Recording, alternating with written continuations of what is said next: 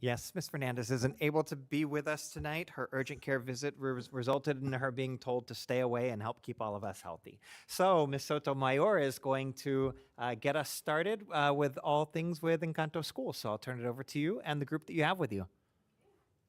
Good evening, Madam President, members of the board, esteemed colleagues, and community members. I have been called in as the backup quarterback to support this presentation this evening. And we would like to start by the pledge being led by Encanto's Student Council.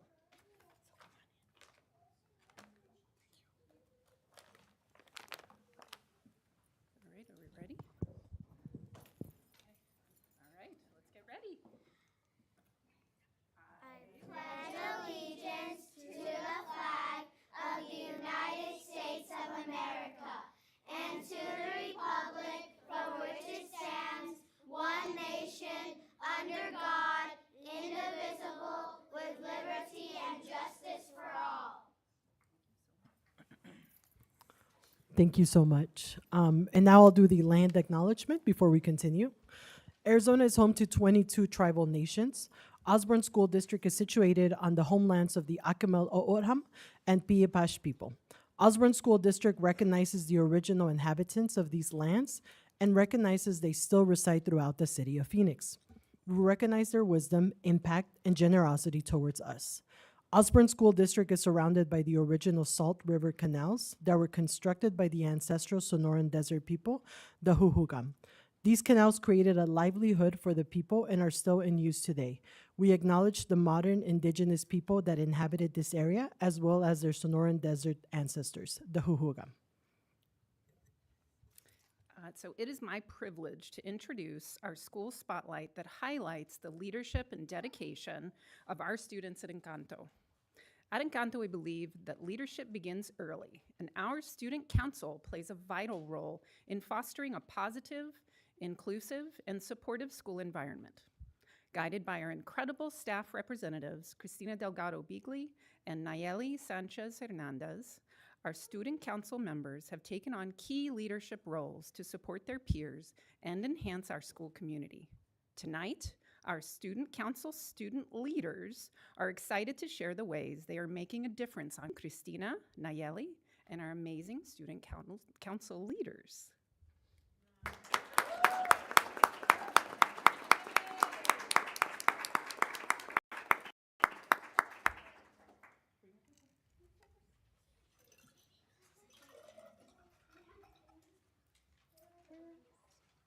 They're coming.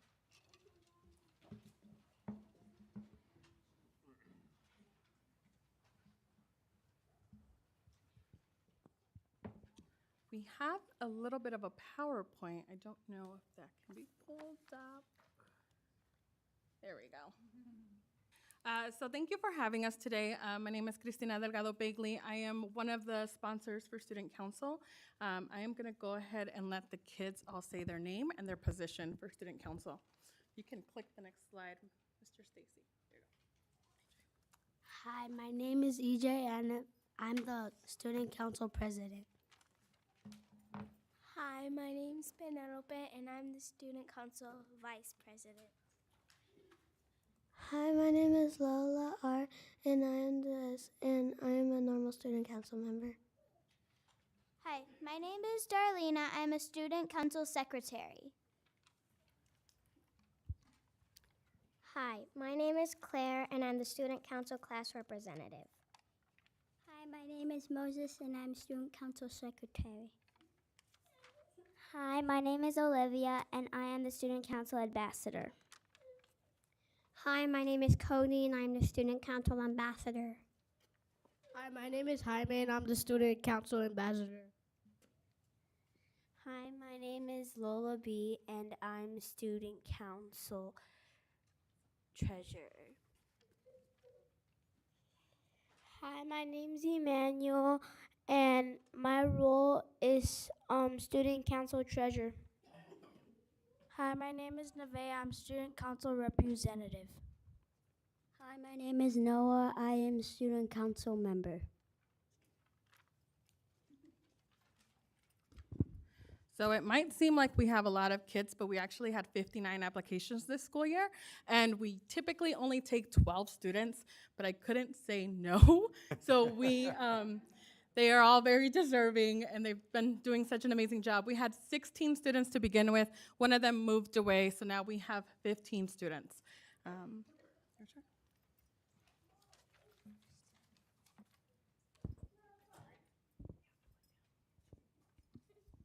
Us to move the podium, and then we can just hold the microphone. Yeah, let's do that. Okay. I don't know if you can see them. Oh, sorry. Well, Sam's around. Ready? Hold my paper. You can hold it. Okay, I will hold papers, I guess. Student council members make decisions about school events, help create a healthy school culture, and give back to our Encanto community. This year, we have 15 third grade students in student council. We have admin lunch once a month with Ms. Delgado. At admin lunch, we talk about future events. Speaking of admin lunch is where me and the vice president talk about future events and make admin decisions together with Ms. Delgado.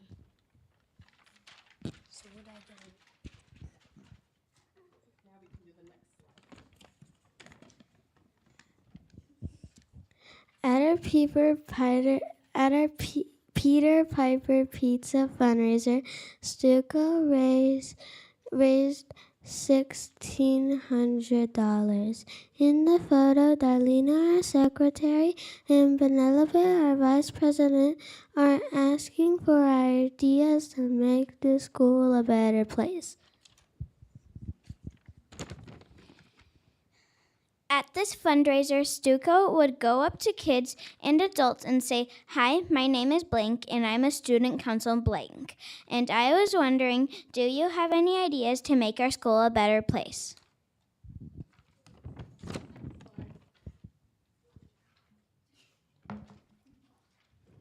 In November, Stuco decided to use some of the funds raised at our Peter Piper Pizza event to purchase Thanksgiving meals for 20 Encanto families. We met at Safeway to shop for the items Stuco agreed to purchase for the Thanksgiving meals.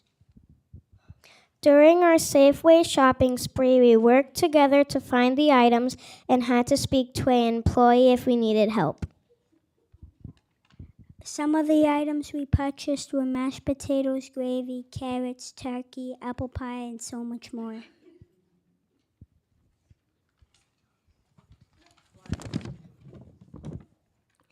Most of Stuco met at Target to shop for 15 Roadrunners holiday gifts.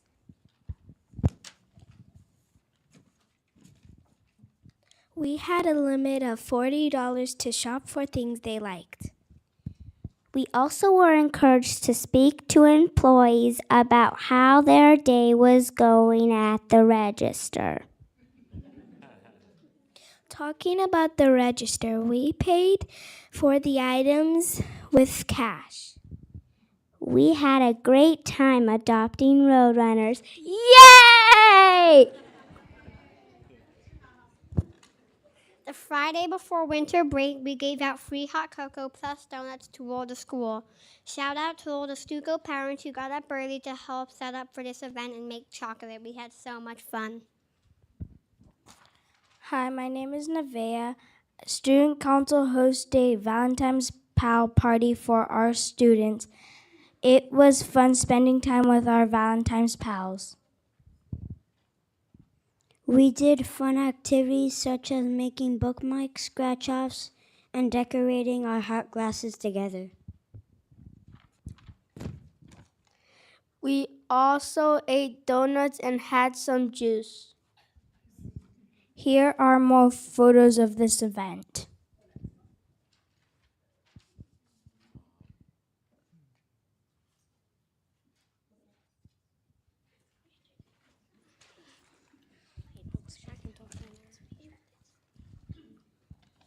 we still have 5 events coming up, and here they are. We are going to Central High School in March to learn about their student government responsibilities and activities. In March, we will also be reading to pre-K, kindergarten, and giving them books. In April, for Earth Day, we will be doing a community service project that will help our environment. I don't want that. In early April, we will be giving away lemonade and snacks to all students to spread some joy. In May, we will be promoting the 4th grade. No!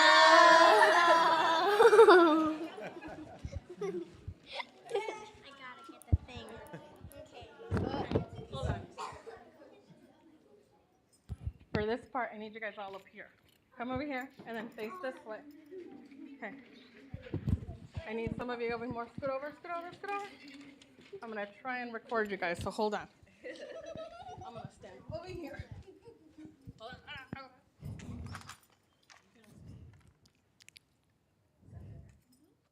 on. Whatever works for you. Gotta wait till she starts recording.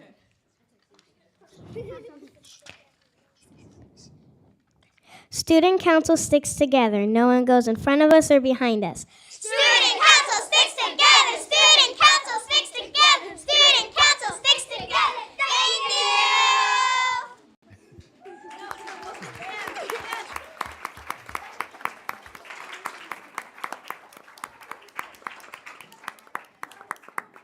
I give this back to.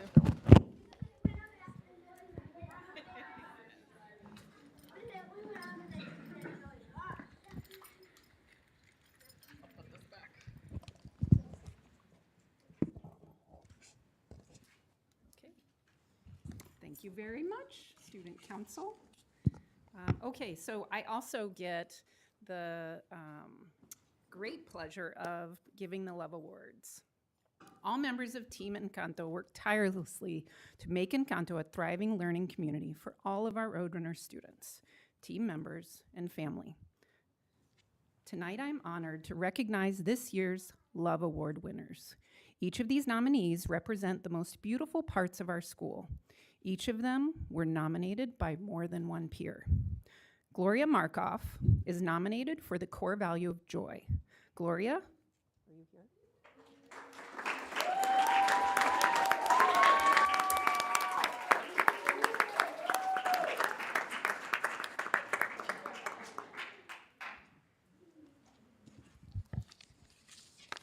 Gloria is a dedicated resource educational assistant whose warmth and enthusiasm extend far beyond her students, since she can often be found greeting students with a smile and a wave, lending a hand in the front office, tidying up the campus, or offering support to a teacher in need of encouragement. Her kindness and willingness to help wherever needed make her an invaluable part of our school community. Her peers said of her, Gloria Markoff embodies joy in everything she does, enriching the lives of our students and staff each day. She makes Encanto a warm and uplifting place. Encanto feels like home because of Gloria. And Miss Gloria is always happy to go and above and beyond in providing service to those in need. Thank you, Gloria, for all you do.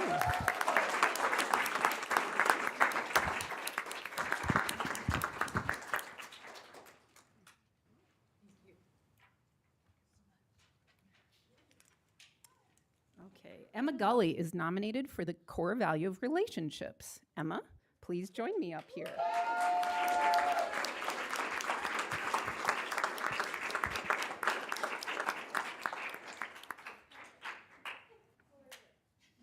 Emma Gully was nominated by her peers for the Love Award of Relationships because of her exceptional ability to connect with everyone in our school community.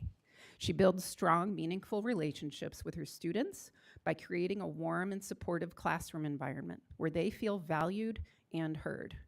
With her team, Emma is a constant source of encouragement, always checking in and offering support to ensure everyone feels appreciated.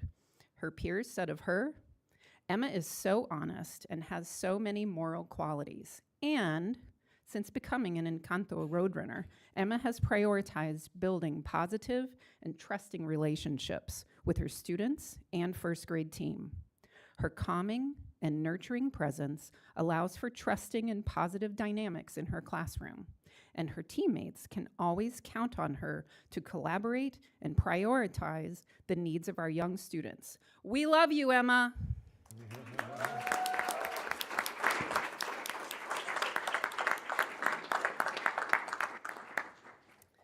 All right. Next up, we have Storm Gerlach, who is nominated for the core value of equity. Storm, please join me.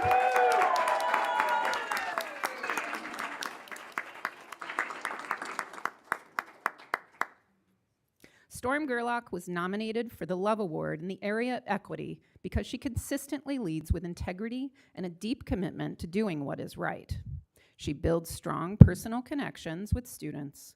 Storm is a tireless advocate for staff, working to create an inclusive and equitable environment for all. Her dedication to fairness and her unwavering support for both students and colleagues make her a true champion of equity at our school. Her peers said of her, "Storm has done and continues to do so much for our community, not only at Encanto, but at Osborne. She takes her job seriously, serves her students and coworkers, and encourages all of us to do the right thing, even when it's hard." And Storm goes above and beyond the scope of equality, communicating to those with concerns and giving them. Thank you, Storm.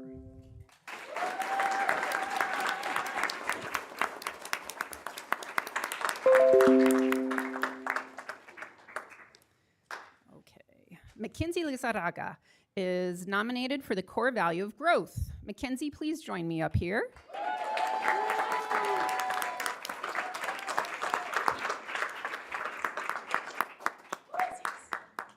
Mackenzie Lizarraga is the well-deserved recipient of the Love Award for Growth, reflecting her dedication to continuous improvement in leadership. She has made remarkable strides in her instructional practices, creating an engaging and effective learning environment where her students thrive. Beyond the classroom, Mackenzie has stepped up as a leader for her team, seamlessly taking on additional responsibilities in the absence of her mentor teacher on maternity leave.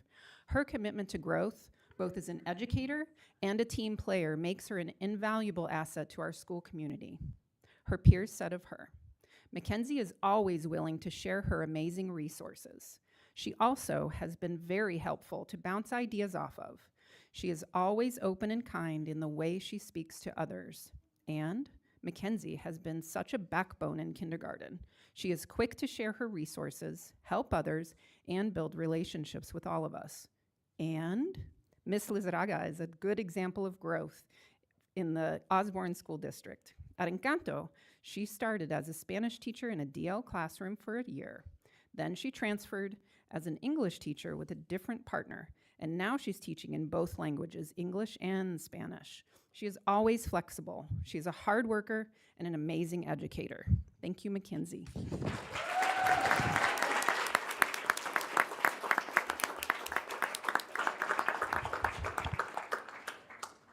Katya Hoffman is nominated for the core value of integrity.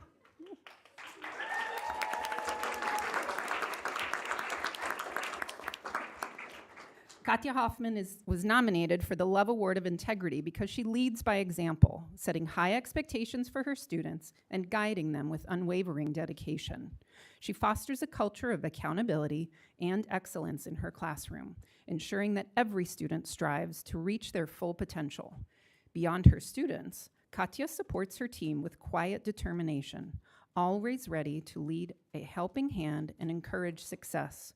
Her integrity and commitment to doing what is best for both students and colleagues make her a valued and respected member of our school community. Her peers said of her, "Katya exemplifies the very essence of this award through her exceptional abilities to build meaningful, respectful, and inspiring relationships with her colleagues, students, and the broader school community. As a valued member of the second grade team, Katya fosters a positive, inclusive, and collaborative environment that brings out the best in everyone around her. She treats all her colleagues with the utmost kindness and respect, always responding to questions with patience and generosity, regardless of background or experience. And Katya is deeply committed to doing what's best for all of her students, consistently prioritizing her growth and well-being. Integrity and equity are at the core of both her teaching and her personal values. She strives to create a fair and inclusive classroom environment where every student feels supported, valued, and empowered to succeed. Thank you, Katya.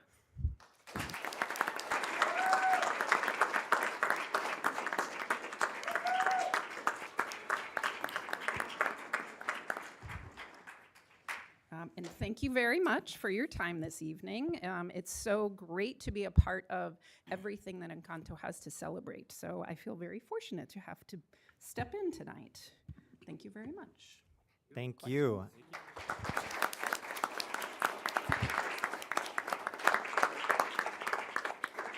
And for those of you here that are joining us from the community and watching online, when you hear this talk about these Spread Love Awards, that LOVE of love stands for living our values every day. So our core values of integrity, joy, growth, relationship.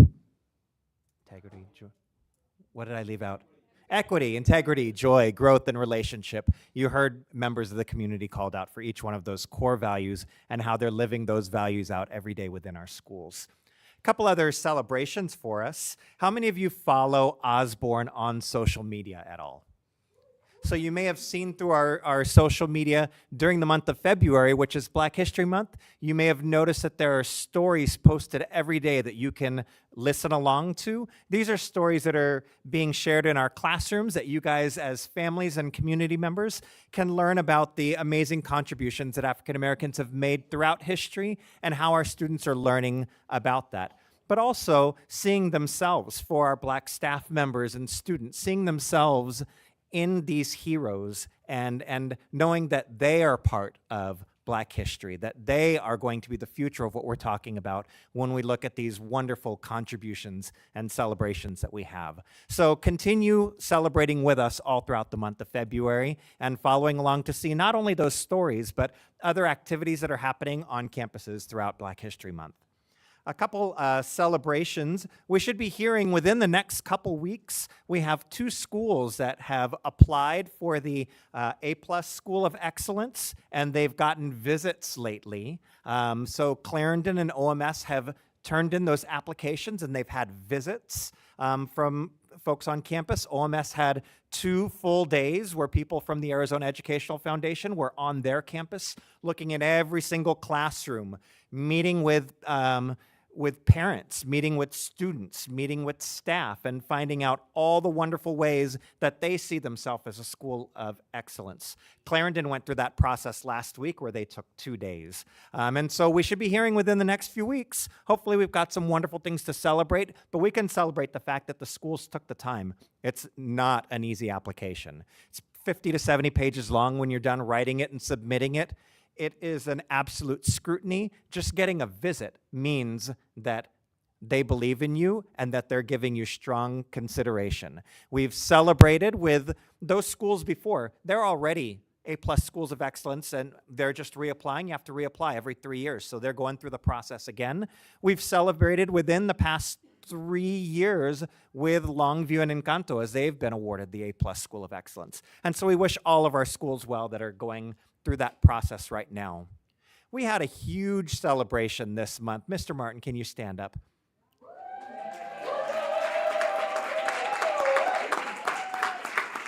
This is our first public board meeting since it was announced that he was the recipient, the prestigious recipient of the Milken Educator Award.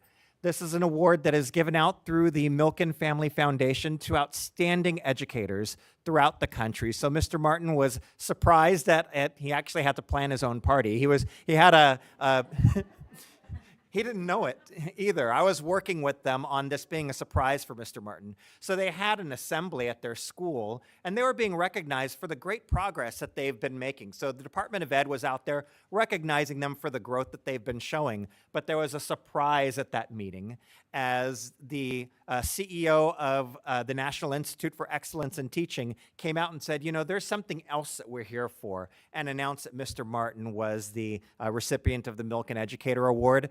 The governing board is going to be in the consent agenda that comes up later. They're hopefully going to be approving for him to go on a trip. It's one of the numerous awards that come with this, as he will join the other National Milk and Educator Award recipients in Los Angeles later on this year, and begin a year-long process as an milk and you know, this is something that you're recognized once, but you're celebrated forever. As a Milk and Educator Award winner. And so he, with his colleagues that won this award, will be recognizing the role now that you're recognized as this amazing leader in education, as this amazing contributor to education. It now gives you a new platform.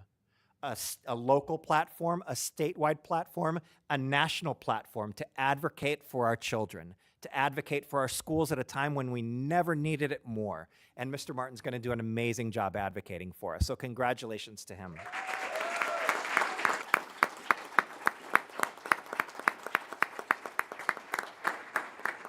We always have so much to celebrate. Thank you all for being here.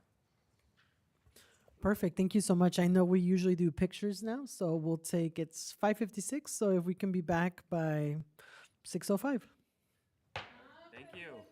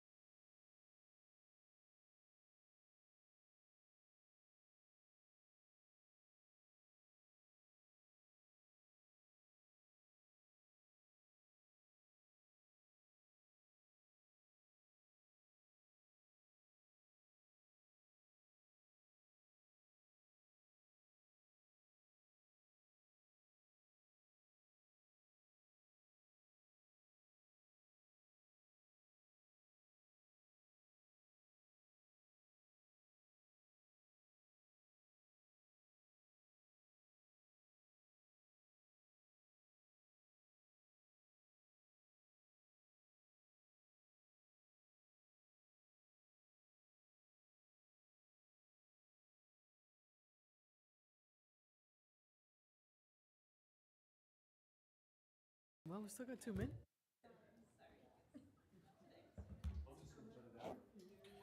Turned down for what? I mean, it wasn't an official, like, posted break, so if we're back.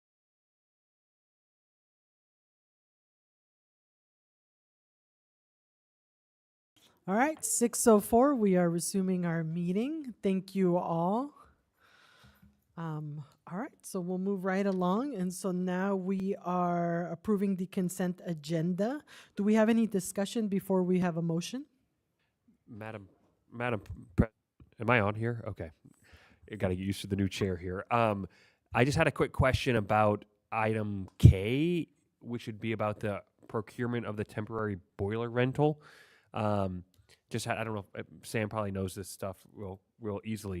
If you could just, I saw that had to be rented. Is that something that we're going to come back and get a permanent one when using bond dollars? Is that the deal? There will be a permanent fix to it, just like the chiller that we had to do over at Montecito. This is just a temporary fix that we have to do. It's temporary through like what, end of the year or something? For the boiler? Yeah.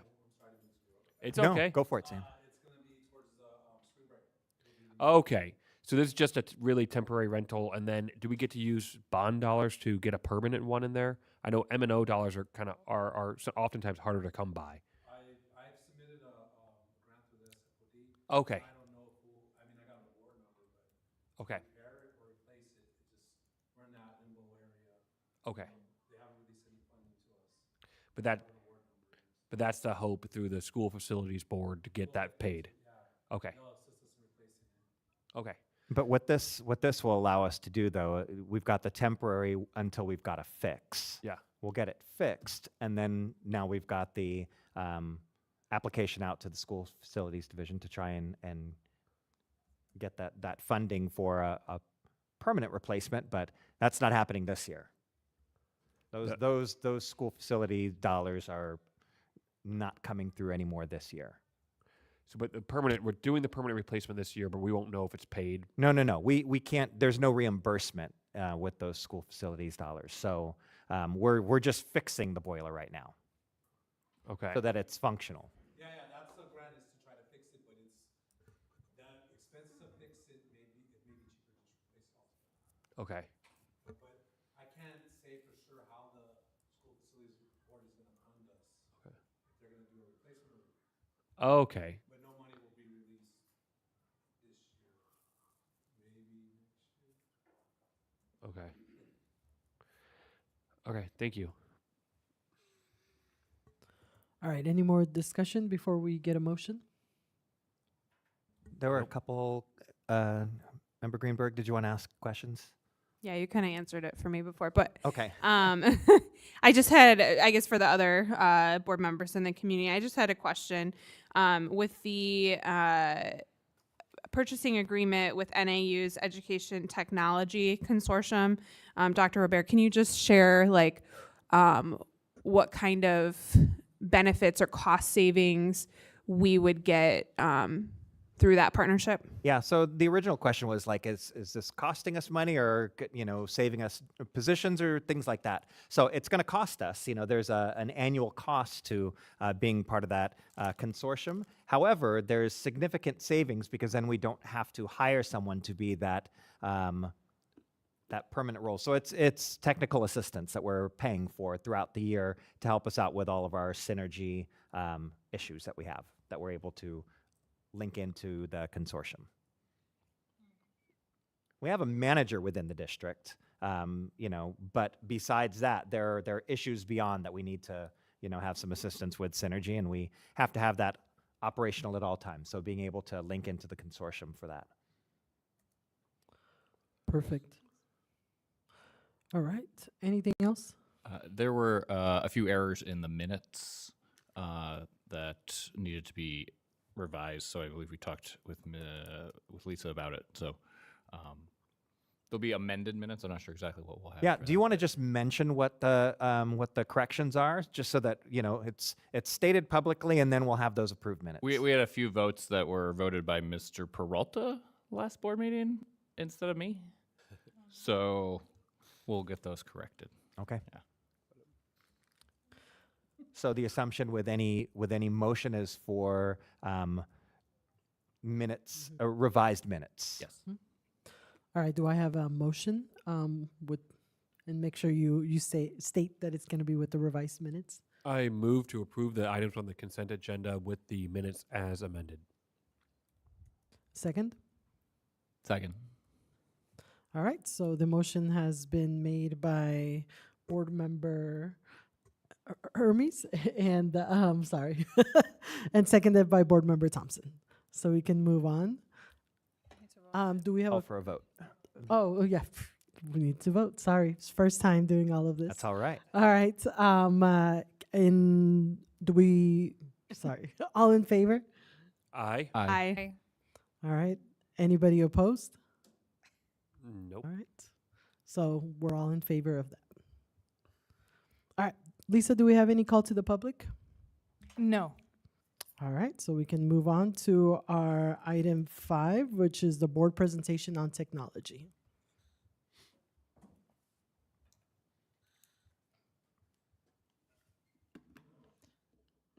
Good evening, President Ramos, Governing Board, and Superintendent Robert. This is the annual technology presentation for the board.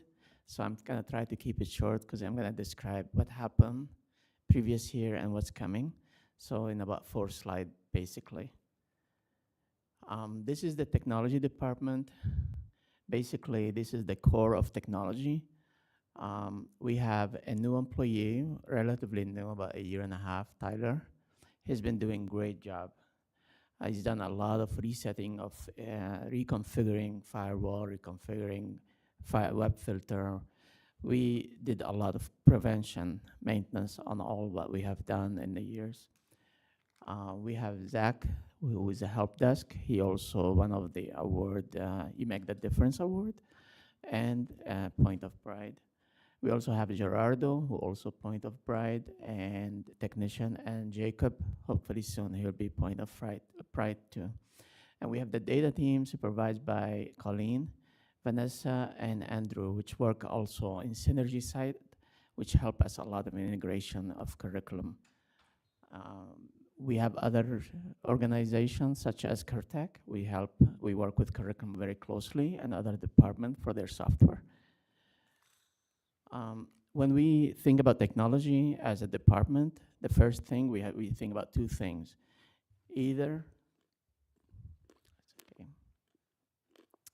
Either somebody requests a technology to be in the district, such as for software or hardware, or I thought about it, or somebody thought about it, and then wake up in the night, say this idea, we're gonna do it. So these are what comes in the mind immediately when we do any project. This is part of the strategic plan. Every project, even if it's small or big, we have to think about every single aspect of those, from planning, meeting, collaborating, discussing with vendor and staff, getting quote, testing demos, backup plan in case the plan doesn't work. We also look for other districts, what they do, and we document everything, we implement, we follow up. This whole thing comes into mind of a technologist when we start any project. So today we're gonna talk about 4 items: the bond, the E-rate override, and other, which is the future projects. Here is the bond. We replaced 18,000 feet of fiber underground. Fiber is different than the Cat5. The Cat5 is the blue one, Cat6. The fiber needed between buildings. The blue color cable goes inside the building. But between building, you need a very strong light speed. So the fiber is what we did, 18,000, we put all the schools, and we use the bond money. We also installed 34 cabinets. Like you see in the bottom, there is a cabinet. The previous cabinet has been there since 1997. It was very dusty, very unsafe in a way because of the dust and lots of cabling. It was not clean. So we yanked it all out and put a new one with the bond money. And it looks how organized inside with power supply protecting the network if there's outages. So, we also have added secondary firewall for emergency, like backup disaster recovery. So we have 2 firewall. We replace all our switches, network switches, as you see that switch down there, 56 of them. And then we program all that. And also we had 275 antenna like the one above me for Wi-Fi. We also had re-image all staff laptops. So every laptop, we have about 400. We re-image them with the new Windows and security patches and everything. So it will be safe. We added devices authentication system to our network. So these laptops that you have in your hand, they are registered to Osborne. So only if somebody comes from outside, they cannot get on our network unless they register the laptop with our system. And that feature is also part of the bond. We also have collaboration with the bond committee, and anything they ask us about technology, we are ready to always be there to cooperate with them. And that is, I'm happy with that. There is a lot to go. As far as E-rate, we apply for 24-25 school year, and for our telecommunication, connecting the school with the district and then connect to the internet. And we're hoping to approve today the result. We post the RFP for internet and one school, and these 2 RFPs take 28 days as the E-rate rules in order to evaluate and award. We renew 3 years Wi-Fi analyzer. So when we have a Wi-Fi issue, we have a special analyzer that is covered by E-rate, where it pinpoints where the issue on the Wi-Fi. It could be a third party or a configuration in the system that was added and is disrupting. We replace all Cat 5 to Cat 6. That is thousands of feet in the district. We moved from Cat 5, which is the 1900 cables, to the future cable, which is very nice. These are high-speed cables that we have. Like the fiber can run 62 miles without junction box, but we have junction box in between just in case. So if there is a breakage, we can replace small instead of the whole thing. We installed new firewall. As I said, we applied 5 years funding for E-rate. That secondary firewall was it was a E-rate, the firewall, and then we applied for 400,000 for the next 5 years. They will give us hopefully about 400,000 starting the next school year. As far as the override, we got new cloud backup system, so we changed. We kept the old system, but we are now going to a different backup system cloud that is scanned for ransomware and all that within our system, within our backup. We also have a new ticket system. We moved from the old one to a new one, which is integrate with our new inventory system. So the new ticket system has inventory.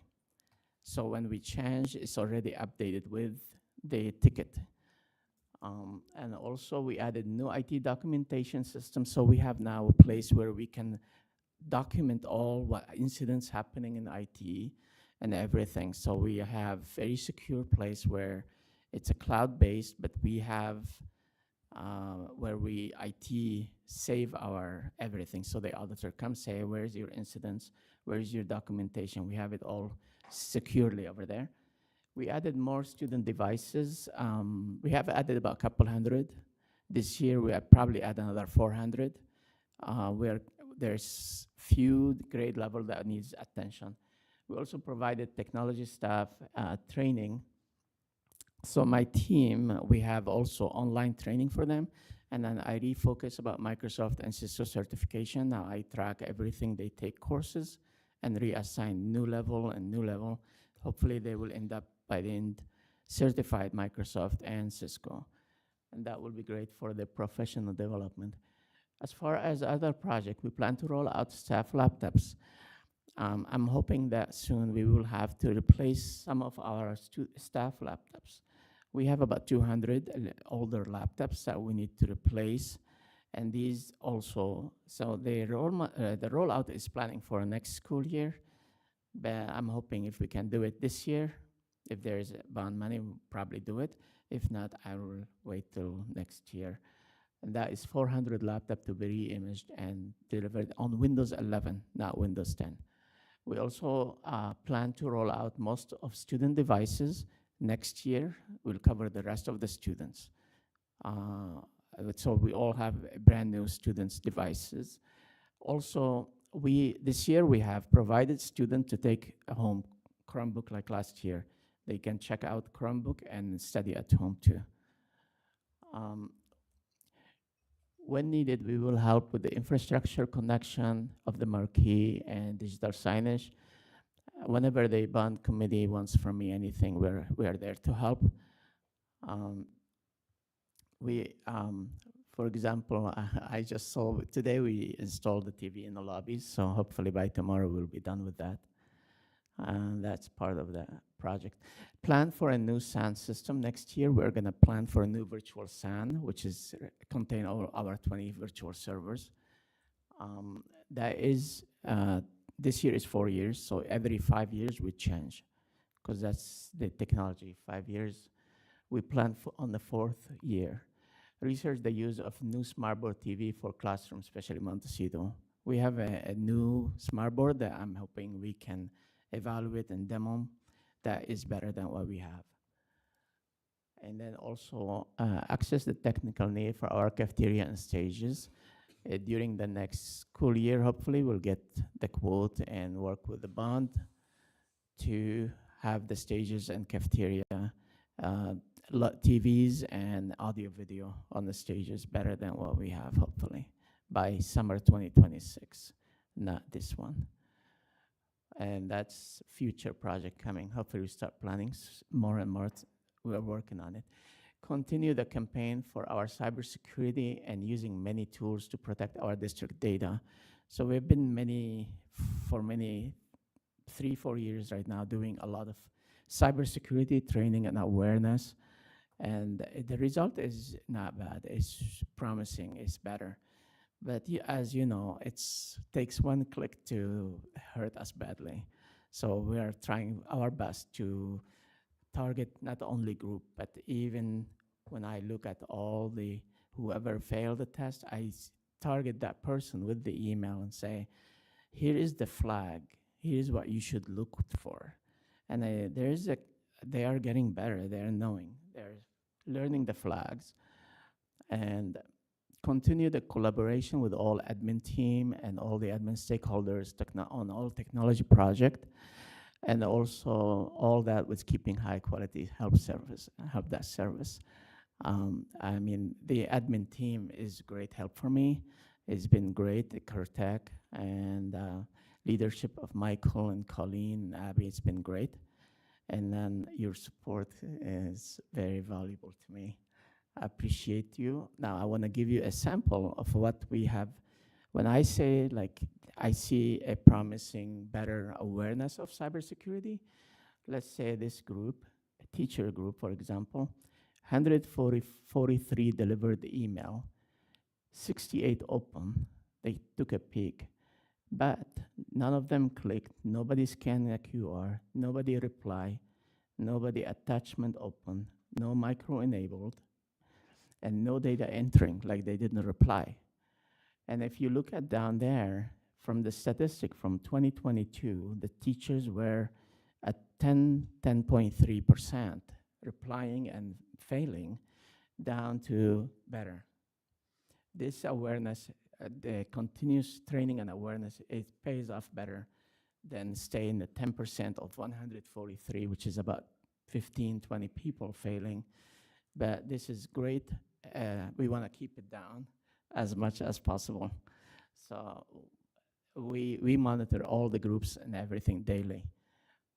I want to thank you for your support, and then thanks everybody, the administrators and the community for approving the bond and override. Thank you so much. Thanks, Jamal. Thank you so much, Jamal.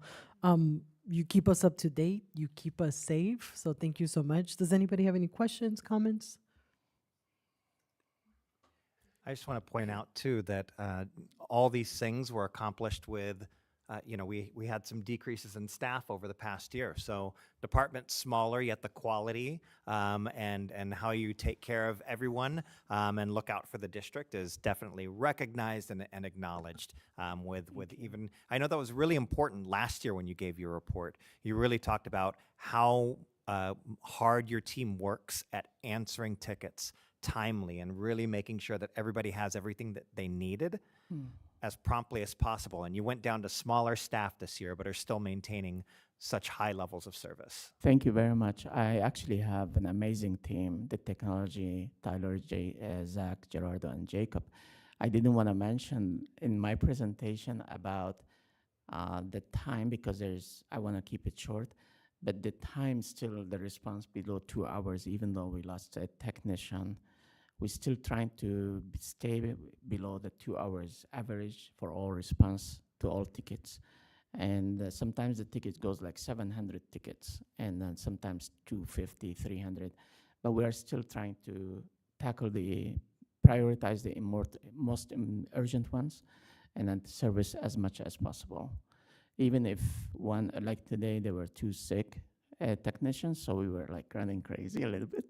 Me and so sometimes any one of us in the department do technician or help desk and try to help quickly answering phone. So yeah, but thank you for acknowledging that. Perfect. Thank you so much. Thanks, Jamal. All right. The next item on the agenda is the administrative reports. Do we have any questions, comments? I had some things that I wanted to discuss on the administrative reports, but I know, and maybe we should have brought this up earlier. I was wondering if the rest of the board would be okay moving the bond update, just like flip-flopping them basically, and then having conversations about the administrative reports. So I guess I'm making a motion to to move the bond update up one. I mean, we're fine. Elizabeth's here for okay. you, so we can go on with the administrative reports. Like that's fine. She's here for us. So after looking at the administrative reports, I wanted to say thank you to Emerald and her team for the sub-report. I think that was, I thought the one that we had before was great, but then I saw this new and improved one, and I was like, wow, that's really amazing. So thank you for putting that together. That clarity was great, and also it was good to see that almost every day was at least 100% full. So I think there was one day that was even above that, which never hurts. I did have some questions about the suspension report, just in regards to 2 of our campuses have more suspensions than the others. And I know, one of them is OMS, which is our middle school campus. So I would expect that there might be a difference in some of that data. But, I was hoping to have maybe a conversation about what's, maybe how we can better support Solano, or if there's anything, I know, Teresa, you're here, that might be something you want to think more about or whatever, but if there's some more support that we need to provide to Solano, or if there's something for that, I would just like to have a conversation about. Sure, and in terms of a detailed look at things in the March work study, we're slated for that being our annual disaggregated data look at discipline. So that's something that's coming up in the next couple weeks. I know that just last week, all of our behavior interventionists, Abby met with them, and they've been, Melissa's been looking at the data and preparing it for us. So we're getting ourselves prepared for having a very in-depth discussion of that at our next work study. If you I don't necessarily want to just be speculative, to be able to just pull out, actual data and go ahead and look through those, not only looking at the, at a single month's report, but also, we set goals at the beginning of the year, right? We set numerical goals, and we also said, here go some of the things in terms of an action plan for how we're going to address that. So that's part of what I want to do in that work study, is not only look at the numbers and where they are and look at that in a disaggregated fashion, but even if the numbers went up or the numbers went down. We said that there were certain things that we were going to be working at, trying to be active this year. So, presenting on that, on where we're doing well and on things that are not going well. So we're prepared to have a pretty in-depth conversation in the next couple weeks about that. If you're done with that, if I could make a comment on the discipline as well, just because we're on that topic. In addition, I'm glad to hear that's coming in March, because I had a similar, but maybe a little bit different of a comment. One of the things that as I read them over time that I've noticed is what feels like, maybe an increase in suspensions in younger kids, and that's concerning to me. I don't remember seeing, kindergarten and, first and second grade before. Probably on some level it was there, but I just don't remember it. So I know the legislature a few years back really narrowed down the categories for which suspension for younger kids, fourth grade and younger, would even be allowed at all. So I want to look at that as part of that next, I think it's the statutes 15843. So I'd like to look at that. In addition to our normal disaggregated data, which is really important, I would like to spend a little time talking about, the youngest ones in compliance with that statute and issues related to that as well. Yeah, and I appreciate the conversation too right before having that work study session, because we're preparing our presentation, but there are things that you may want to specifically hear from us. So, these questions help us go back. Like we're already moving on an agenda for that meeting, but if there are things that we need to revise about that agenda, add to it or subtract from, we were planning on talking about this, but you'd really like to hear about this. Yeah. So, yeah, my 2 cents, I'd like to hear about kindergarten through fourth grade, kind of what that looks like. When is that allowed? What kind of information do we get off of that? Kind of do a deeper dive into that the youngest kids, in addition to the stuff that we look at usually. yes, and one of the questions that I did receive from a board member was about the discipline matrix. So we'll be able to go through that. Before that work study, I'll send that out to all of you so that you can see kind of our, what do we refer to that as, our serious acts of misconduct, the matrix that we use in determining what the discipline outcomes will be. So I'll send that to you guys ahead of time, but we can discuss that as well. Thank you. And then I also wanted to bring up on page 113, if you're looking at the packet, it's the enrollment report. And so if you look at it, the data shows February 2024 and compares it to February 2025. And we've had growth as a district of 48 students. And many of our campuses have had some growth. One that I wanted to note was Encanto, because that is a campus that we haven't seen as big of a decline, but I do see one here. And again, I want to, honor that we've had an increase in enrollment, and that's amazing.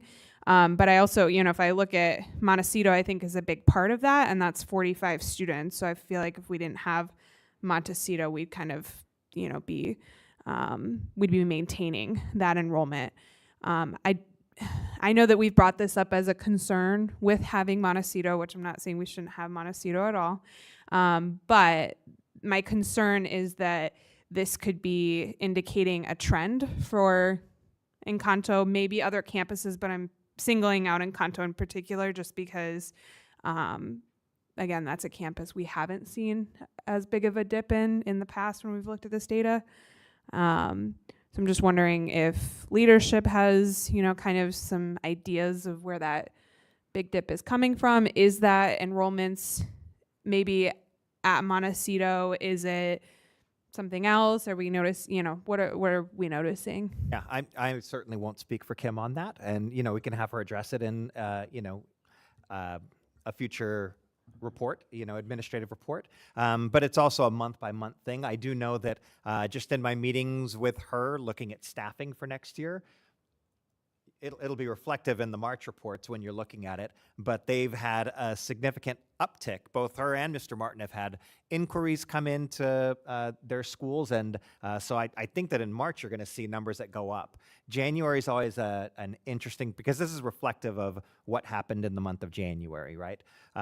It's one of those interesting months, right as we came back from break. Kind of recognize, we knew that this was going to be in the report, that Kim was letting me know, like, yeah, there were a number of withdrawals that happened after winter break, right? But there have also been some additions. I don't know if it's going to counteract that negative 36 from this, from that month, within 1 month. But yeah, there's some definite, we can look at those trends, most certainly.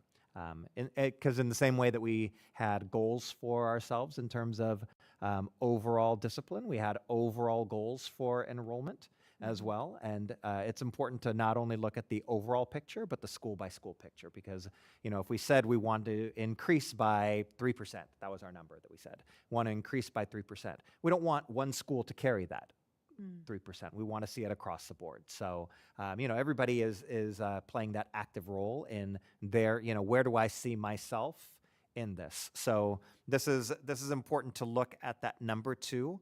I don't know if that minus 36 is reflective of the year. That's reflective of last February's to this February's, but I can dig a little bit deeper into that and perhaps have her address some of the, I don't know if they do child by child like exit interview when someone's leaving. If it's out of state movement, they're not around for that. But if there were any indications that she may be able to give, I can certainly ask. Okay. And then preschool, I noticed we had an addition of 5, which is great. And this might be a future agenda item, but just, as we're planning for next year, what kinds of things are we doing to increase that? Because I know that was a big thing we talked about last year. And again, it's an increase, but, I think we'd all like to see it. Yeah, one thing be about bigger. this report, though, this is our ADM report. This does not cover tuition. So our 3 and 4-year-olds aren't included in these preschool numbers. This is just Okay. developmental preschool.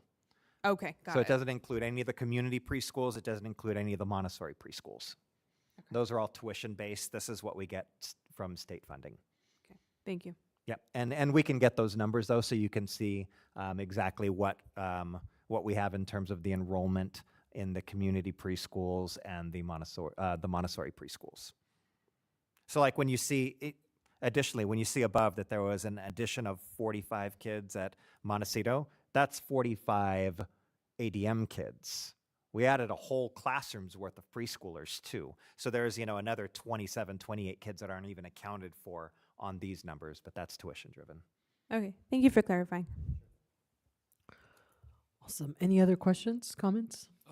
Just 2 real quick ones. On 109, the student absence report for the month of January, I just think there's probably a typo, but just want to be clear.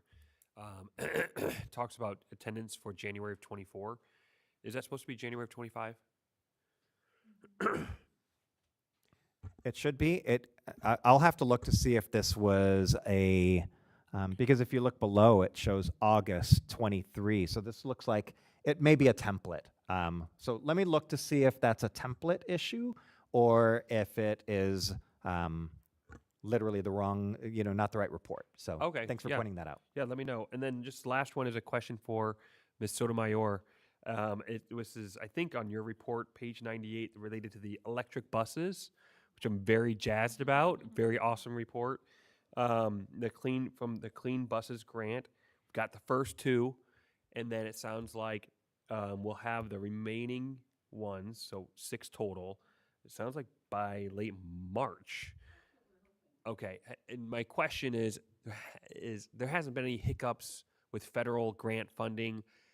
I can barely keep up with it all, but I've heard or maybe read that there's some change in the federal government recently and that there's maybe some hiccups with funding grants and things like that. We're not affected by that?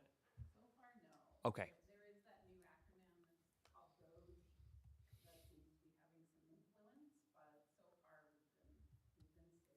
Okay, great. It's great to hear. If that changes, certainly let us know. We really appreciate all the And, work you do. and Ed, can I add to that too on the electric buses? So we have two sources for our electric buses. What's not listed here is what came well before, which was the A for Arizona Transportation Modernization Grant.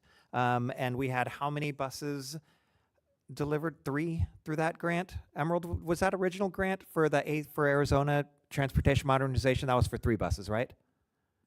Yeah, so that's 3 buses already delivered. This is the EPA grant, so there were 6 that we were going to get through that. So this is on top of the 3. Now we're up to 5, and there's more coming. We're up to 6. Okay. We're up to.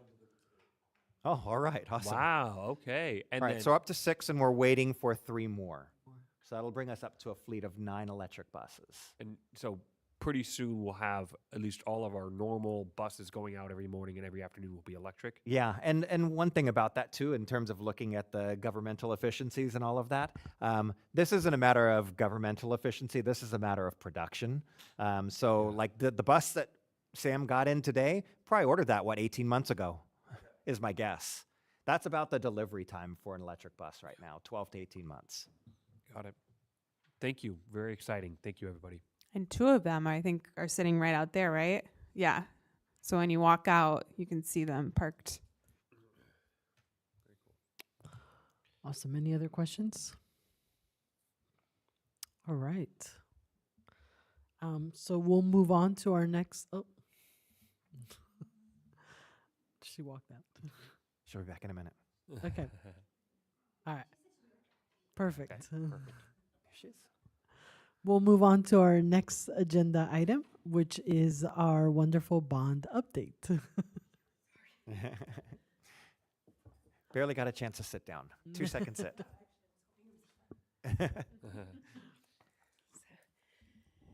Great, President Ramos, Governing Board, Dr. Rivera. Yeah, thank you for giving me the opportunity to give you some updates. And Dr. Rivera is correct. I am here for you guys. No matter what you guys need, I never mind staying for any and mostly. In fact, Elizabeth asked if she can stay extra for the meeting. She's like, I hope I'm not imposing, am I? About calendar. Let's not push it. She said not if we're talking about calendars. Yes. Well, it's great to see you guys. Thank you very much. So we'll start with Montecito. And sorry, I was on the run. We did meet last week, and we did a work study. So you have pretty much all of that information. The leadership, Jill, we have Abby. We're all meeting almost at this point every week, trying to, floor plans, looking at schematics, getting more input. So that's ongoing, and so that's exciting. SBS Plus is working very hard on this. Since we had seen each other last Tuesday, we had, with Chase Building Team, we did some more mechanical evaluations and kitchen equipment. So I was out there today doing both of those. So we're getting closer and closer on that and getting those determinations made. So playgrounds and shade structures. We can go to the next slide. Playgrounds and shade structures. So Solano Playground, as you know, that was completed January 19th. The Clarendon Playground was completed January 24th. Encanto installation, as you can hopefully have all had a chance to drive by and see. This is the last week, so we've got concrete curbing happening. The playground equipment is all in. They're coming tomorrow to pour the curb, which is the parameter around. And EWF is the engineered wood fiber that comes in. That's the fill. That's happening probably, Clarendon took an entire truckload, and that was a small space. So I'm estimating we've probably got 3 truckloads that are going to have to come in. So I'm imagining that's going to be 3 days worth. I know that the school is trying to do a ribbon cutting, just an internal ribbon cutting for the kids. So we have that in place. We've got scissors. I picked up some blue ribbon. It'll be fun. Student council kids will get involved. I'm really pushing to have that happen on Monday. I haven't had a chance to share with Dr. Rivera yet, but the safety fencing has to come down. And sometimes they're quick to get the safety fencing up, not so quick to pull it down. So we do have it slated for 7 o'clock in the morning on Monday. If everything goes well, we're going to push it right to the very end minute, but it's going to be fantastic. And, you know, hearing your numbers about enrollment, I'm really hoping that this playground it's bigger than a lot of city parks have. Yes. So I'm really hoping that this is going to be a draw for students as well. Beautiful. So, yeah. Yes, I wish we could do an adult play session before the kids get on it. Shade structure, the shade structure that goes above it is going to happen over spring break. So the footings are already poured, it's ready, but it was a little bit of a delay. But rather than trying to work through school schedules and all that, we're just going to put it up over spring break. So, Now, there's another line coming, so don't get overly excited. That's just the shade structure Over the for the Encanto playground, like that equipment right there. That's not the internal, you know, all the other shade structures that we've talked about at the buildings. yes. But Yes, I looked right at Ed when I said that. The footings are poured for that shade structure, but to make it, you know, so we can get that temporary fencing down so that the kids can get on it, because they can play without the shade structure. Yeah. So we'll get that done on spring break. And then the other shade structures, you know, the time frame is usually just what goes on with the permits. So I reached back out to Shade Net. That's who our vendor is for that. And kind of same thing. They did send out the private locator. So I know that they are underway. But I think summer is probably what we're still slated for. So that's that. We can go to the photos for anybody who has not had a chance to see some of these progress photos on the playground.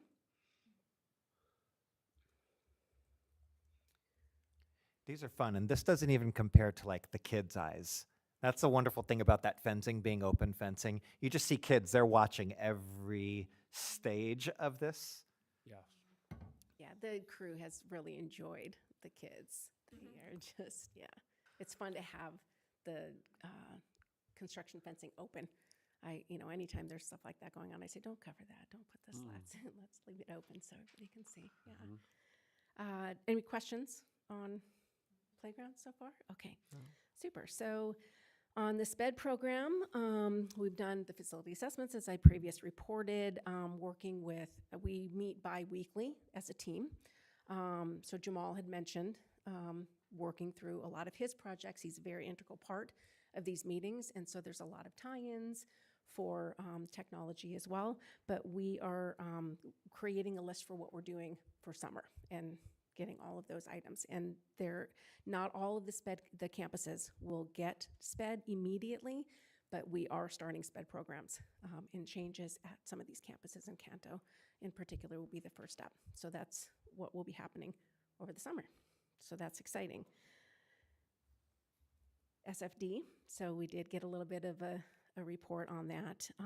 Sam is correct, they're funding, and Dr. Robert, yeah, you never know when you're going to get it or if you're going to get it. So, we all are really hoping in anything. We can keep pushing and pushing in hopes that that money does come.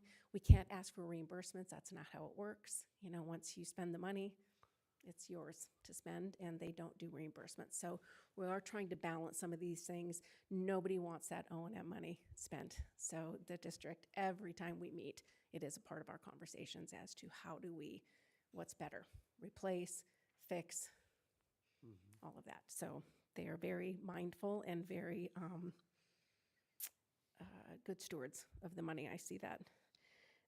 Instructional learning spaces, so that's programming that we've done. We met, I think I mentioned last time, we were completing the principal meetings with the architecture team. So putting together these master plans, understanding what things can go together campus-wide, district-wide, as opposed to doing one school individually. We're trying to put all of the learning spaces together in the same respect that we're trying to put district nutrition together. So if we can do kitchens in the same CMAR as we're doing some of the other nutrition, that's just the best way to kind of package that. So that's what we've been working towards on that. Life cycle analysis, we finally got those. That CD, Jamal and Sam have been working to get those links and reports. And so what that does is it allows us to see, and that was done by a previous management company. So we kind of had Dawn go and get that information because it really does belong to the district. So it needs to live here. And so we started to go through that. We have to determine what is next up, right? Everything has a life cycle: paint, carpet, when is it expected? So that helps us in all of these projects in determining when and how we're making it work within each of the bond sales so that we're spending everything, but not overspending and not underspending. So technology improvements, I know that Jamal had mentioned marquees, and I've already had conversations with, I think, 4 different vendors. Most of them are really excited. I asked for a list of specs and things that the district needs and what they would like to see. And one of the next steps is I'm having the marquee companies put together things that will work within those guidelines. And then I'm going to have them present in a Teams call. Like, we'll do a virtual call so that they can present and give some of their ideas for proposing, and then some of the district staff. And you may have seen that some of the marquees aren't working. We're going to get the marquees that aren't working. We just put in that, we've got an open PO on that, so we've got folks coming out probably within this week to make repairs to the marquees that aren't currently working. Before, we're not just going to leave those as non-functional and wait for new marquees. Thank you. So, yep, and I think Jamal reported on some of that AV in the lobbies, so getting that completed. We started talking about intercom and security. We are really trying to see if we can find a vendor that's almost a consultant, somebody that doesn't sell either the equipment or the service or both. Somebody who just understands the school's needs, what's been done, can look at the equipment that's existing and the systems being used, services being used, and come up with a game plan where it's more on a consulting basis than it is for them to, stand to gather all of the, get the sale for all of the equipment and the services in particular, because a lot of those are subscription-based. So we just want to be very mindful of what we're getting, and Jamal is very tied into what he thinks needs to happen. So we continue those conversations. We did finally get digital copies of the as-built. Sam and I had climbed up to get the physical copies up in his upstairs area, and it was really difficult to get those plans to the plumbing contractors and to the lining companies to have them look at it. So we reached out to Don. Don Brubaker has been, different names, different architecture firms, but he was always the connecting piece. So I asked him if it was possible for him to gather all of those digital files for as-built, and again, something that the district should own. Sam and whoever else comes behind Sam someday should be able to access all of those very easily. So that, I believe, is all I have. Do you have any questions? Not really. I don't know if it's a question, but just I like seeing a lot of things going on at once, and frankly would love to do even more. I'm concerned just based on what I've seen, especially in the last 5-10 years, about price escalation. I mean, price it's a real thing, and it slowed a little bit, but that's only just because it was just so crazy. And I'm sure you've seen and experienced it, and it's still very much a thing that people deal with, and it's a reality in the construction industry. So I'd love to do as many projects as quickly as we can. We've got, boilers and coolers and all sorts of things that just your normal bread and butter things, and, waiting to do those a year from now or whatever it is, or, the longer you wait, the more it seems to cost. So anything we can do to get projects going simultaneously and avoid price escalation, I'm all for it. Definitely, as are we. That's some of the benefit of using a CMAR. I've mentioned that before, having a construction manager at risk come in. They can look at the design plans at even 75%, 90%, and they can say, hey, I've been on projects where a CMAR has come in and said, masonry is not the way. I know that you think that this is going to be less, but we're seeing the trend of this going up, and we've switched to a steel building, right? So That's the partnership that we have with a contractor on board at this point so that they can give their input. You know, right now we've got them using historic numbers. That's the starting point. But, you know, it's always going to vary. And, you know, I always worry. I worry about it. But once we get that GMP in place, the risk becomes theirs. And so we don't want them to, you know, well, everybody needs to have something to keep them open in business. But that is one of the things is, you know, counting on their expertise to get to that GMP and having those considerations. But we have had conversations about potential tariffs, what that might be looking like, and how that might affect in particular steel. So we are talking about all of those things. Thank you. Yes. Any other questions? Not a question, but thank you so much for these presentations. I think that they're so informative, so thank you for that. And thank you, Brendan, for updating our website. I love how transparent we are with how we're using this bond money for our community because they so graciously approved it. Can we get these presentations updated? Because it looks like on our website, the last presentation that's been uploaded is from October. So can we get since then on the website? That would be awesome. He's like falling out of his seat. You just did that? Okay. Thank you. Thank you so much, Brendan. I created a whole separate file for Brendan. It's a big dump worth of anything he can use to be marketing and including all these playground photos and progress photos and presentations. Thank you so much. Thank you. It's wonderful. Anybody else? All right. Awesome. Thank you Well, so thank much, you Jane. so much. Thank you. Appreciate it.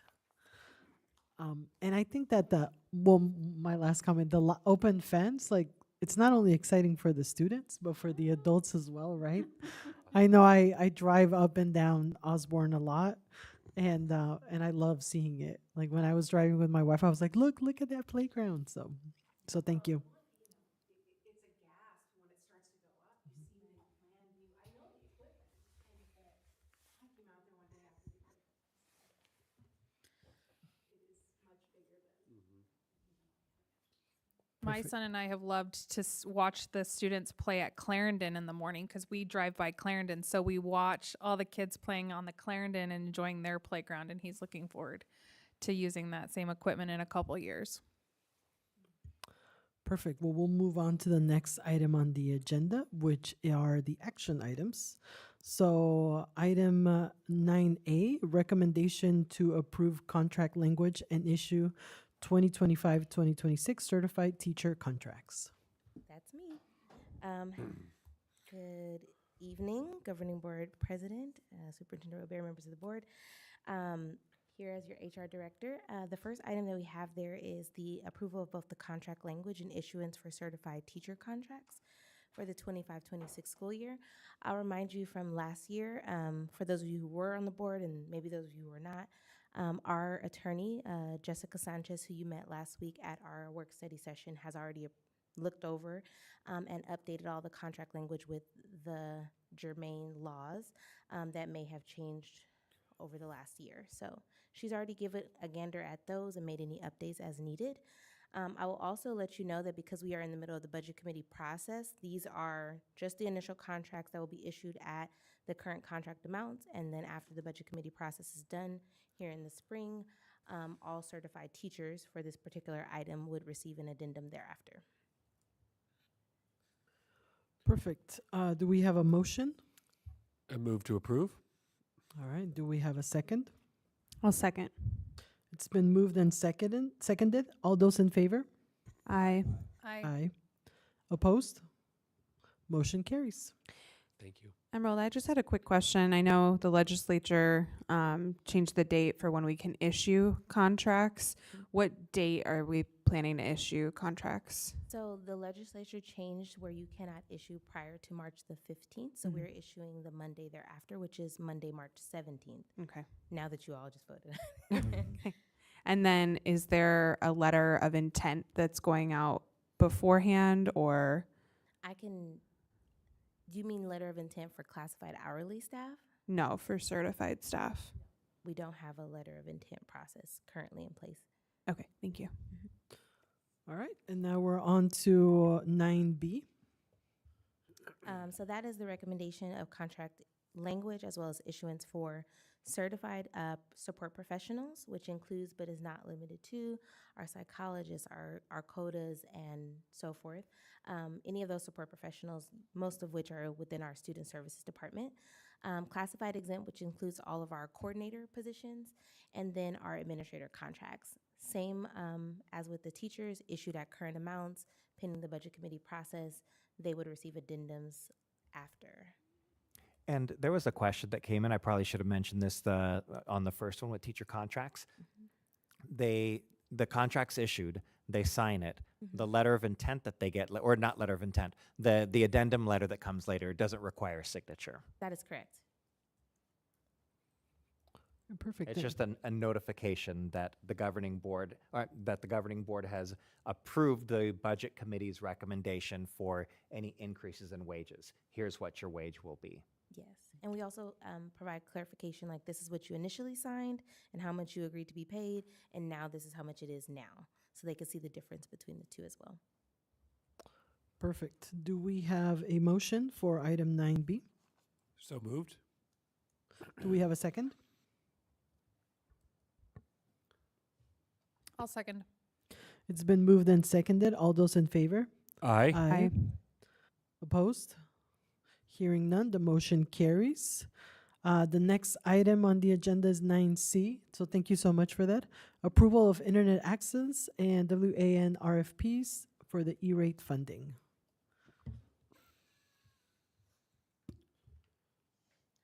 Good evening. District administration is recommending awarding the internet services and wide area network RFPs to Cox. Both of these RFPs utilize E-rate funding. We worked closely with our E-rate consultant company. They worked on preparing the RFPs in alignment with all of the E-rate funding regulations and compliance with the Schools and Libraries Division that E-rate funding flows through. And with that, we had 2 responses. Both of the responses were evaluated and scored by the IT department. It was found that based on experience, qualifications, as well as responsiveness to what we had asked for in the original solicitations of the RFPs, the decision was made to go with Cox. Perfect. Do we have any questions? Okay. Do we have a motion? So moved. Do we have a second? Second. All those in, it's been moved and seconded. All those in favor? Aye. Opposed? All right, hearing none, the motion carries. Thank you so much. All right, next item on the agenda is the second review and approval of ASBA recommended revisions to IHBR. We did this at the last meeting for a first reading. It was approved in that first reading, no changes since then. Okay, do we have a motion? So moved. Do we have a second? Second. It's been moved and seconded. All those in favor? Aye. Opposed? All right, motion carries. And then the next item on the agenda is the first review and approval of policy JBA, which is our safe learning environment policy. And this is wonderful for us to be doing this tonight. We had the entire work study session just a week ago. Just last week. No changes other than the ones that were recommended by you. Jessica went ahead and did those. You'll notice in the packet, there's one thing that actually shouldn't be in there. You guys came up with a policy and a regulation. There was an exhibit on there, JBA-E, at the end. That's not ours. That's from another district that she had included in ours, which was a checklist for. We have a checklist of our own that we've already worked with our staff on. So what you're approving is JBA and the regulation that goes along with it, not the exhibit. Okay, questions, comments? All right. This is just a first reading. So do we have a motion? I move to approve JBA-E, not including the exhibit. All right, do we have a second? Can I just bring up something before we second it? In number 10, the harassment prohibited section, so if you're looking at the packet, it's page 188. And this is language that she had put in there, and I'm sorry I didn't notice this until now. So she says she does not say it. The policy reads, the district prohibits harassment and discrimination based on national origin, ethnicity, race, or religion. So I know that, this is looking at, a variety of areas to ensure that our students are safe on our campuses. I think it would be pertinent to add some additional pieces to it, maybe gender, sexuality. I don't know if there's anything else that anyone would want to add. I know that we have policies that address some of that. We do, and Jennifer but- actually mentioned this in the work study session, that when she went through this policy that was not included, that she was including in the language the same ones. If you scroll up to page 187, it's the language matching number 1, non-discrimination. And she did not include in that, and gave her rationale. She did say that we could include it. So if we do that, we can make, if you'd like to, since it's not here, we can make that revision for the second reading, if that's what you'd like to do. And then that would be the, because we don't have the specific language, instead of wordsmithing it now for exactly what the language is, we can approve this as a first reading. I can go back to Jessica, we can get that language added, bring it for the second reading, and that will be sufficient for the policy. Perfect. That works. Does that work for you, Member Greenberg? Yeah. I just noticed it, and I was like, we could probably make that a little bit more encompassing of the diversity we have in our district. And to match our A policies, because this is in the Yes. J policies for students. Our non-discrimination policy is in A, which is general governance, so we can have the language of this match. Okay. All right, do we have a second? I'll second. It's been moved and seconded. All those in favor? Aye. Opposed? All right, hearing none, the motion carries. Okay, so I'll bring back for the second reading. Before then, I'll have that language added. I'll have it sent to you so that you'll have a chance to review. If it looks good to you or any changes you may want to that, we can do some back and forth so that when we come back for the second reading in mid-March, that's our finalized policy. Will the exhibit also reflect our checklist reform too? We don't have we don't have an exhibit in the policy. What we just have are what she has listed there in that as that exhibit for another district. There is a basic checklist that I can send it to you so you guys can all see that we had used just as guidance for our administrative procedures. And I can share with you what, it's not this exact one, but what I held a meeting with all of the administrative assistants and clerks on campuses and went through kind of what our procedures are. When someone comes, checking credentials, notification to the district office, we contact our attorney, all of those things. It's just not this exact same one. Okay. So I'll do that separately, and if it's something that we wanted added, that would be a first reading. If you actually want it listed as an exhibit. Now, mind you, exhibits don't even have to have governing board approval. We've always brought regulations and exhibits to the board, but I can just show you what we have, and if you guys like it, I can just have that added as our exhibit. Or we can bring it back to go through 2 readings, but once we're done with the policy next time, if you just want to be done and, loud and strong, about what we have accomplished, then we can have that exhibit just added without governing board approval. That works. All right, perfect.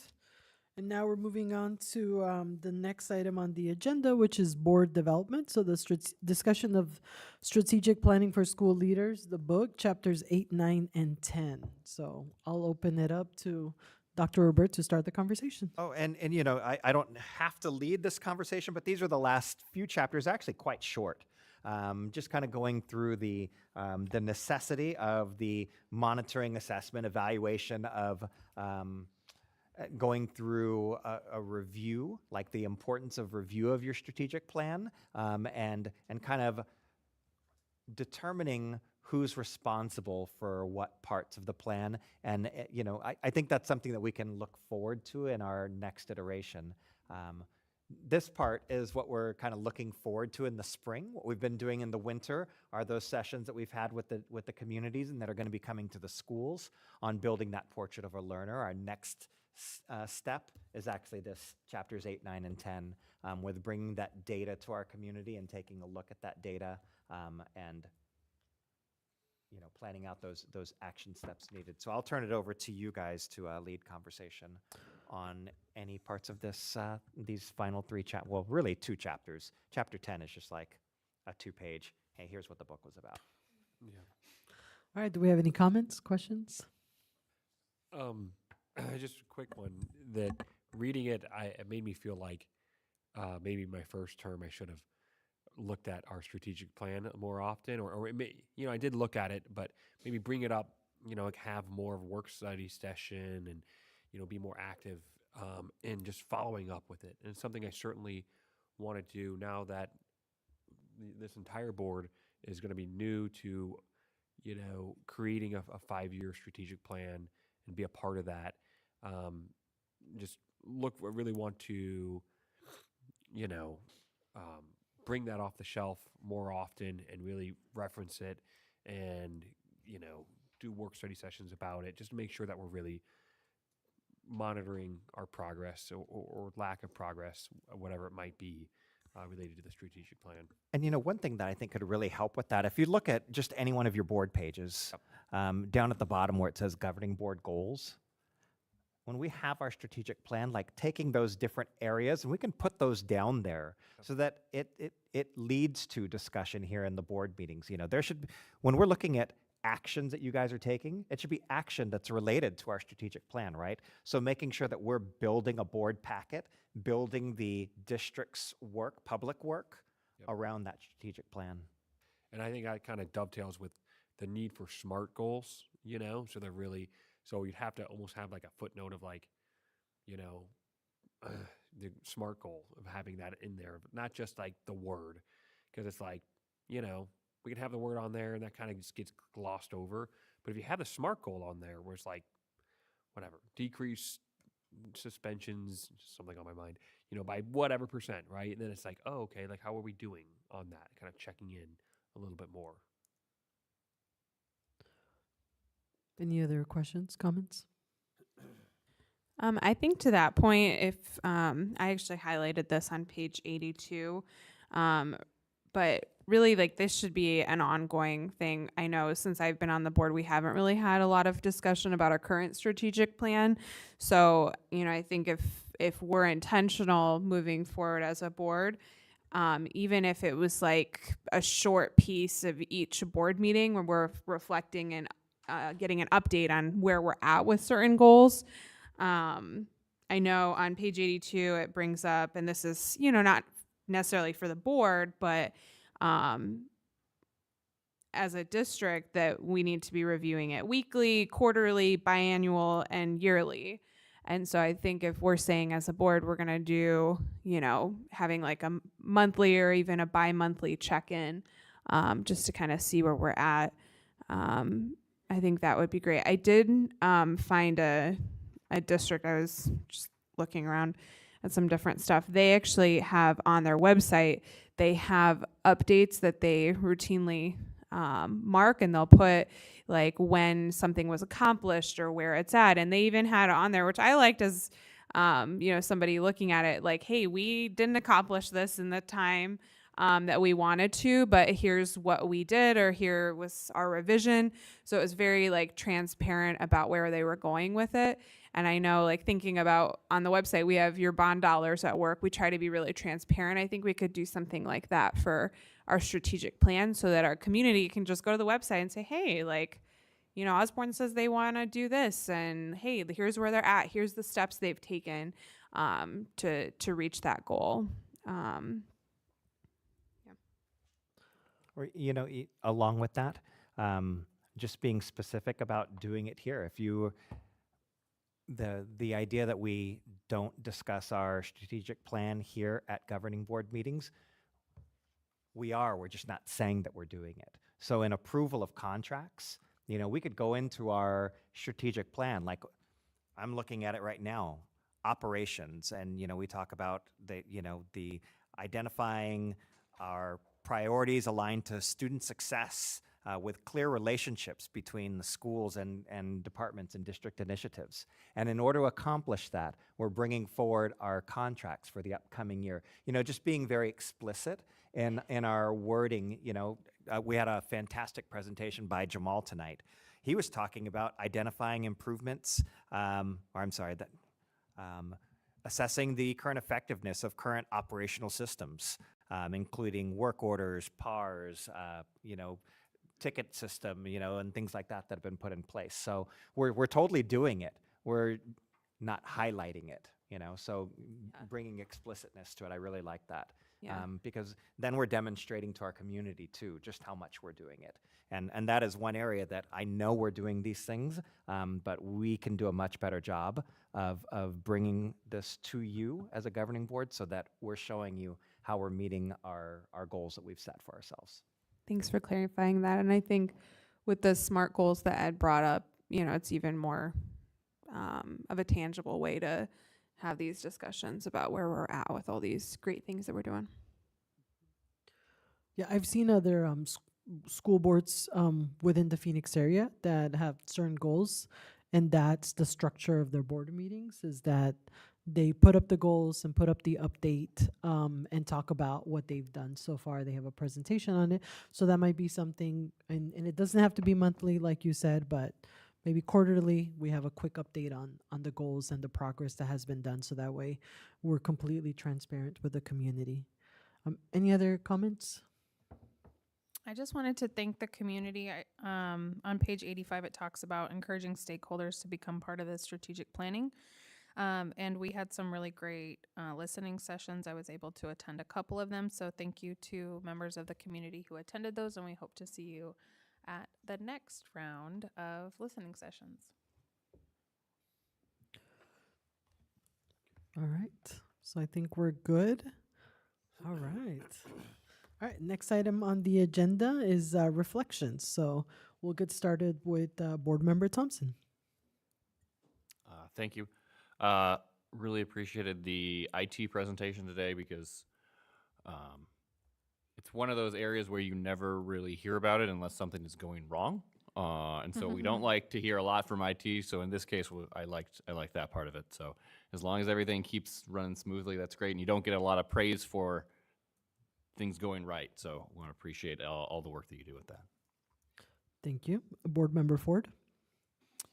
Something maybe that those watching at home cannot see is the amount of support that our love recipients receive in our audience. And I especially noted it today with Encanto's Love Awards that it was like half the staff was here supporting their fellow teachers. And that's such a great thing to have here in our Osborne communities, our teachers and staff being supportive of one another. That is not something that happens on every campus, but it's something that is just what Osborne campuses do. And so I'm really thankful to be a part of this community. Perfect. Thank you. Board Member Hermes. Yes, thank you, Madam President. First of all, wonderful job in the first meeting, as well as wonderful job to the board, as well as especially to yourself, Madam President, as well as Board Member Greenberg, our superintendent, and our district attorney for the policy that we just did a first review of in terms of our safe learning spaces. I think that's really important.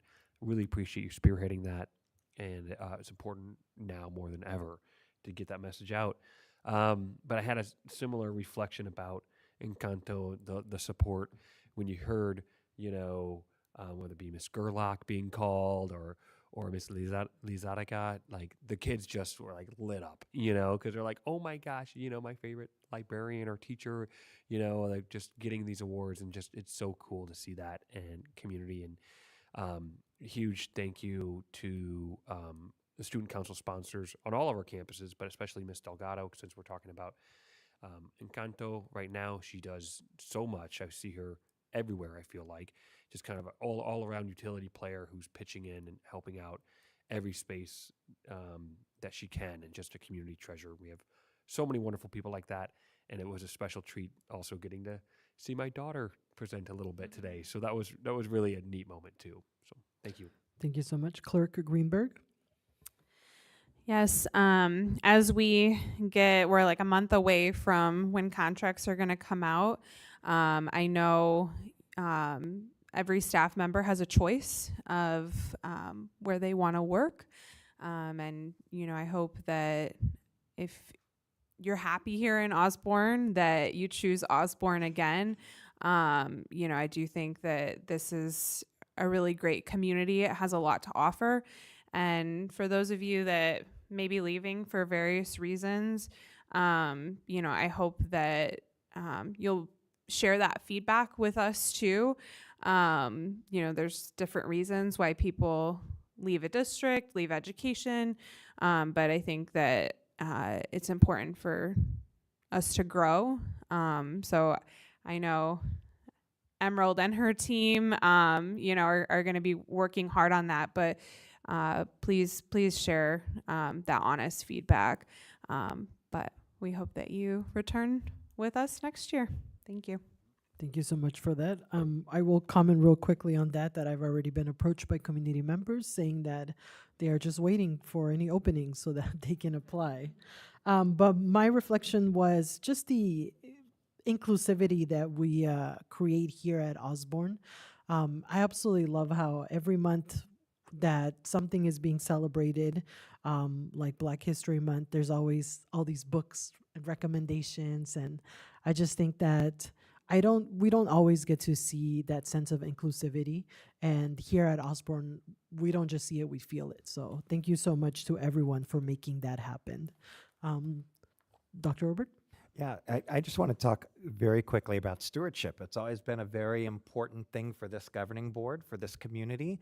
Our community says thank you for being good stewards by passing bonds and overrides. They know that we're doing a good job with taking care of the resources that were provided through all different sources. And one way that we got that done, that we demonstrated that strong stewardship in our meeting tonight, was the approval of the E-rate funding. That's constantly going out for other ways so that we're not burdening all the costs. 90% of the costs through that are being picked up by E-rate. That if it wasn't the time that's taken to write those grants, that's one example of a grant that was written, for tonight's meeting. But you guys are constantly getting the opportunity to approve different grants that are written, and I think that's it's just a sign of those people out there, your administrative team, their commitment to fiscal stewardship, and it's done across departments. It's not just business services. It's done through technology. It's done through child nutrition. It's done through teaching and learning, constantly looking for different ways to maximize for our kids. Thank you so much. All right, future agenda items. Board Member Thompson. Thank you. Board Member Ford. Nothing from me. Thank you. Board Member Hermes. Nothing for me either. Thank you. And Clerk Greenberg. Just for the work study, what we had discussed in regards to the suspension and enrollment. Thank you. And nothing on my part either. All right, so it looks like we're all done. Thank you for putting up with my hiccuping at first. I got a little nervous, but I appreciate you all, and I adjourned the meeting at 7:22 p.m. Thank you. Nice job. First meeting done. Good job.